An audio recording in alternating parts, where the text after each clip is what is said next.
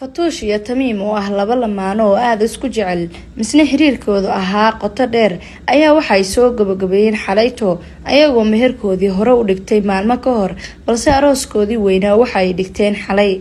waxaana loogu dhigay hotel Silver Hotel oo ah hotelada ugu qaalisan magaalada Muqdisho. Fatuush iyo Tamiim waa laba lamaano oo dadka aad isugu jecel yihiin waxayna xalayto soo bandhigeen ciyaar cajiib ah oo ka muuqatay hanaan jacayl iyo sidoo kale farxad waxayna markaasi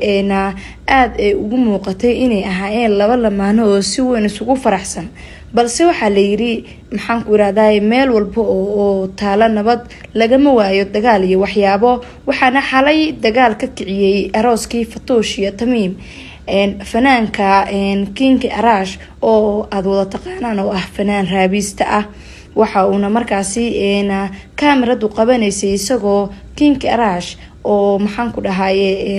nin ay seysteen ama wiil meesha joogay seysteen iyagoo markaasi meesha isku dagaalayeen wax walba ahaataba arooskoodii si qurux badan ayuu u soo gabagabooday waxna kama dhibin dagaalka yar uu kiciyay King Arash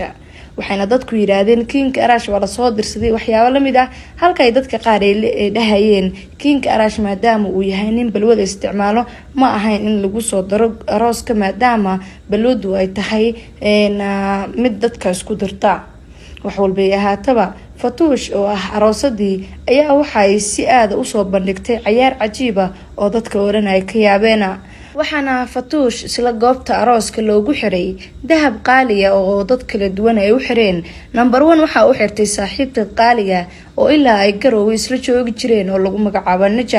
Najax ayaa waxa ay markaasi saaxiibteed u gelisay dahab qaali ah oo ay ugu talagashay lana sugaysay maalinteeda arooska waxaana dadka oo dhan ay meesha ku sugan ay qiiro galiyeen sida ay markaasi u soo bandhigeen hanaanka saaxiibtinimo iyo qiimaha ay leedahay saaxiibtinimada wax walba ahaataba dhanka kale sidoo kale waxa magaalada Muqdisho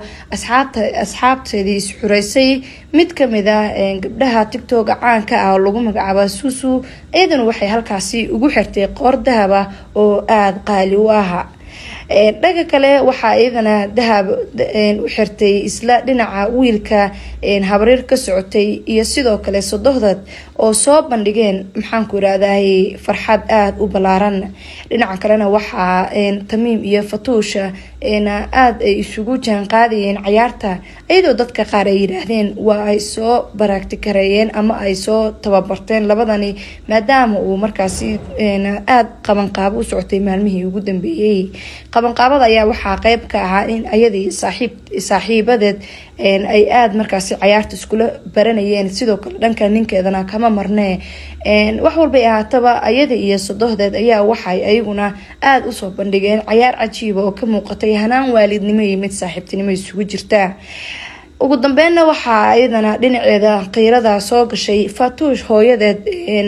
iyadoo markaasi uga soo hayaantay garoobe ayna u timid magaalada Muqdisho si ay gabadheeda farxadeeda ula qaadato waxayna Fatuush iyo hooyadeed ay qiiro galiyeen dhammaan dadka meesha ku sugnaa ayagoo isugu jira dadkaasi qaar hooyadooda ay geeriyootay qaar hooyadooda ka maqan tahay iyo sidoo kale qaar hooyo ah oo caruurtoodii ay ka kala maqan yihiin halkaasi ayaana qiiradii aad ay u balaaratay ayagoo markaasi ugu dambeyn farxad iyo waalidnimo iyo hooyanimo iyadoo ku dheehantahay ku soo gabagabeeyeen heestii hooyo ee loo daaray wax walba waxa leenahay Fatuush iyo Tamiim hambaliyo waxa tiin lamaanada yar misna ka dhabeeyay xiriirkoodii misna maxaan ku dhahay mirihiisa guranaya waxaan idin leeyahay insha Allah ilaahay waxa idinkaga bariyaya inuu gurigiina waariyo oo guurkiina noqdo mid lagu waaro awlaad saalix ilaahay idinka kala siiyo labadiinuba amiin taraaciya